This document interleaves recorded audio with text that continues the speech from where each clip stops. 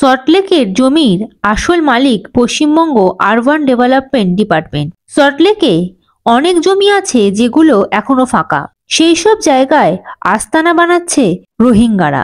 Bidhannagar police প্রশাসনের দৃষ্টি আকর্ষণ করার জন্য ভারতীয় জনতা পার্টির বিধাননগর মণ্ডল 3-এর পক্ষ থেকে বিধাননগর পুলিশ কমিশনারেটের অফিসে ডেপুটেশন জমা দেওয়া হয়। যেসব সল্টলেক জুড়ে সরকারি জমি এখনো খালি পড়ে আছে সেই সব জায়গায় যাতে কোনো রকম অনুপ্রবেশকারীরা ঝুপড়ি বানিয়ে বসবাস করতে না পারেন, অথবা সেখানে রোহিঙ্গারা নিজেদের আস্তানা না বানায়, তার জন্য কড়া পদক্ষেপ নিক বিধাননগর পুলিশ। তাই মঙ্গলবার ডেপুটেশন জমা দেয় বিধাননগরের পুলিশ কমিশনারেটের অফিসে। আছে এবং মিটিং আছে, সমস্ত মিটিং হয়েছে আজকে। সিপি সাহেব বা জয়েন্ট সিপি সাহেব কেউ অ্যাভেলেবেল নেই। আমরা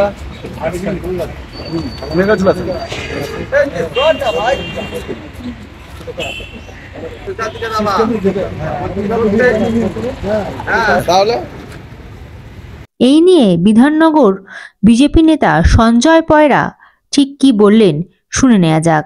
আমরা বিধাননগর বিজেপির পক্ষ থেকে আজকে বিধাননগর কমিশনারেটে বিধাননগরে যেভাবে অবৈধ অনুপ্রবেশকারীদের, বাংলাদেশিদের, রোহিঙ্গাদের আস্তানা হয়েছে, আড়ত করেছে, এখানে বসত স্থাপন করেছে, মুখ্যমন্ত্রী রাজ্য সরকারের কথাকে মান্যতা দিয়ে, তাকে গুরুত্ব দিয়ে আমরা আজকের এই ডেপুটেশন দিলাম। রাজ্যের কতদিন ধরে কোথায় কোথায় এই ধরনের অনুপ্রবেশ হচ্ছে? দীর্ঘদিন ধরে চলছে। রাজ্য সরকার বলছে, মুখ্যমন্ত্রী বলেছেন যে রাজ্য সরকারের জমি দখল হয়ে যাচ্ছে, রাজ্য সরকারের জল, পুকুর, বাস্তু দখল হয়ে যাচ্ছে। যারা জবরদখল ভাবে সরকারি জায়গা দখল করে আছে, দখলদারদের উচ্ছেদ মুক্ত করতে হবে। কে বলছে? রাজ্য সরকার। কে বলছে? মুখ্যমন্ত্রী। সেই কথাকে মান্যতা দিয়ে তো বিধাননগর বিজেপি করেছে।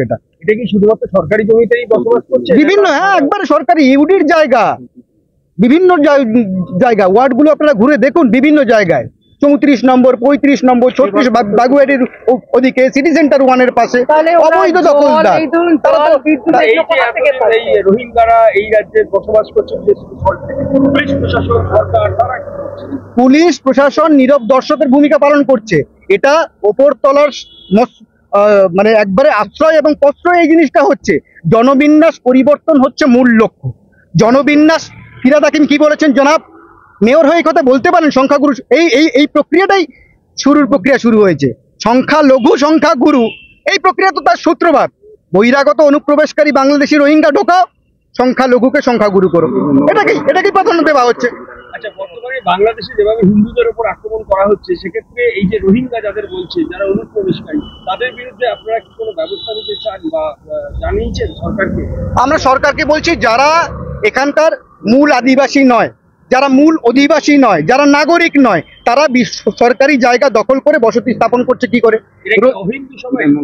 যেই হোক না কেন, তারা তো শরণার্থী না, তারা তো উদ্বাস্তু না, তারা বেড়া ডিঙ্গিয়ে এসছে, বেড়া চিরে এসছে, অবৈধ অনুপ্রবেশ।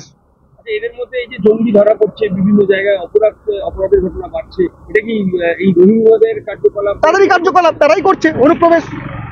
তাদের ঠিক, এগুলো চোর ধরা পড়েছে, চোর চুরি করেছে, দেখার কাজ কার? রাজ্য সরকারের, পুলিশ প্রশাসনের, কমিশনারেট। আমরা বলে দিয়ে গেলাম যে অনুপ্রবেশকারী এখানে আস্তানা গেড়েছে। মেনশন তারা করবে তো। আমার জিনিস খোয়া গেছে, আমার জিনিস চুরি গেছে, আমার এই পেনটা চুরি গেছে, দেখার কাজ কার? পুলিশ প্রশাসনের। তারা খুঁজবে কোথায়? আমি জায়গা বলে দেবো কি করে? জায়গা বলে তো আমি খুঁজে বের করে নেবো পেনটা, আমি তো বলতে পারি না।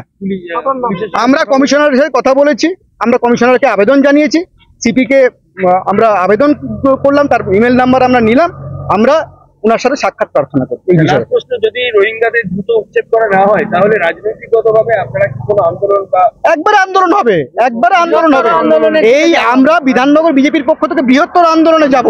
কেন এই অবৈধ অনুপ্রবেশকারী রোহিঙ্গাদের, বাংলাদেশিদের ভরিয়ে এখানে জনবিন্যাস, ডেমোগ্রাফি পরিবর্তন করিয়ে বিধাননগরটাকে সংখ্যালঘু, সংখ্যাগুরু প্রক্রিয়া শুরু করা, এটা চলবে না, এটা চলবে না। সঞ্জয় পয়রা, বিধাননগর মণ্ডল 2-এর সভাপতি। Bureau report, ND Bangla news.